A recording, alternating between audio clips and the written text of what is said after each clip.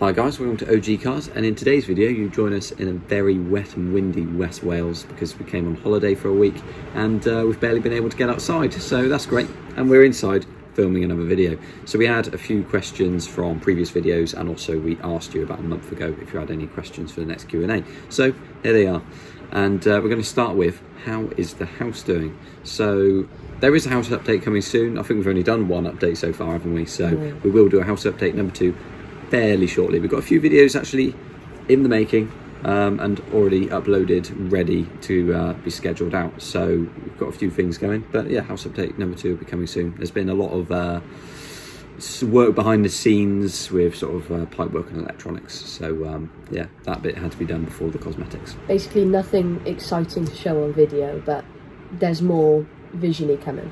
Yeah.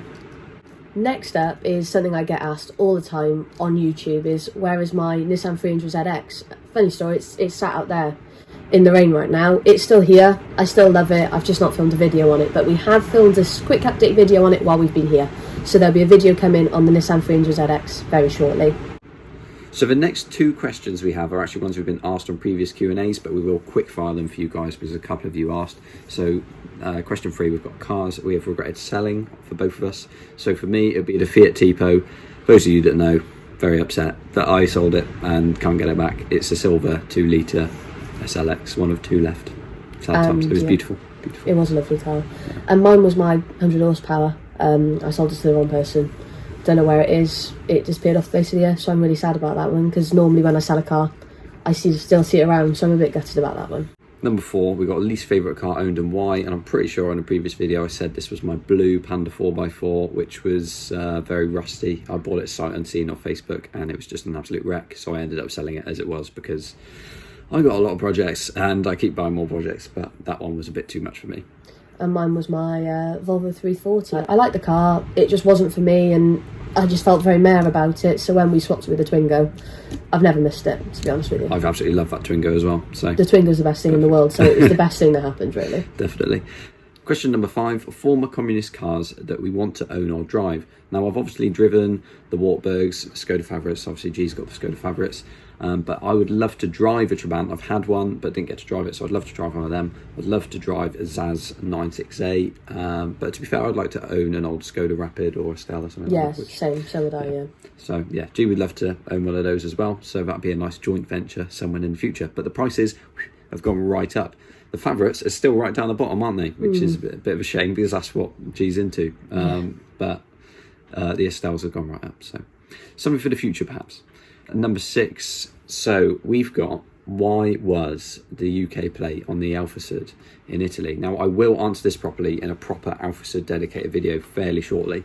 But long story short, the owner, Marco, who we bought the cars off of in Italy trip 2021, as well as 2022, he lived in the UK, so he did have some Italian cars brought over, which were registered, and when he moved to Italy, he brought the cars back with him. So that's long story short, really, but we'll explain it properly in all of its detail in another video. And then we've got, basically, the next 2 questions are still related to Italy. So there were a few people who asked us the route we did this time, so obviously it's a little bit different to last time. So we started off in Grecci, which is where the car was located. We went back into Rome to look around Rome. We then went up to Turin. And then instead of going through Switzerland and Germany, we thought we'd go through France because it wasn't somewhere we'd gone through properly before. So we went through Lyon, Dijon, Paris, which included Disneyland Paris, and then home. And it was a lovely route, we really enjoyed it. Yeah, we also stopped by the old Reims circuit, didn't we? Oh, of course we did, before we got to Calais, so that was really nice. And if you guys haven't watched Italy trip number 2, then you definitely should. And the other question we've got on Italy is, when will we go back already? Well, basically, we haven't planned another trip yet, but there are more cars out there that we could buy. So long story short, will we go back to Italy? Yeah, probably. When? Not sure yet, but stay tuned, you never know. Question number 9. Now, this is a multitude of questions. We've got what is happening with all of the project series, because we've got lots of them that we started, and, you know, as to be the case with OG Cars, we have a lot of projects that have started and haven't really finished. And to be fair, a lot of you guys who are doing Project Cars probably know the same story. So what's happening with Project 126? Now, this is the yellow 126 Series 1 that I have. Now, I am actually well underway with doing an engine rebuild on this car. So I bought a 650cc for it, and I'm doing a full rebuild with various other spicy parts, which I included in Italy trip number 2, bought a Panda 30 head for. So there's a few little hints for you for what's coming on Project 126, but basically in the behind the scenes of OG Cars, I'm building that at the moment, and videos for that will come back soon.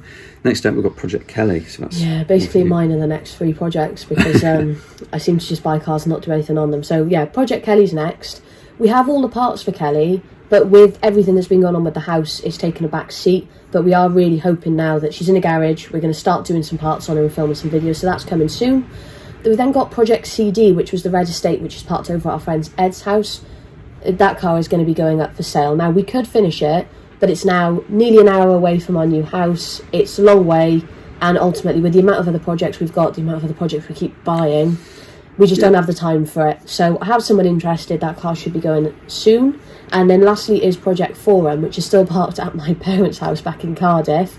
We have all parts on order, so there's a video coming on that soon. Again, it just took a back seat with the house.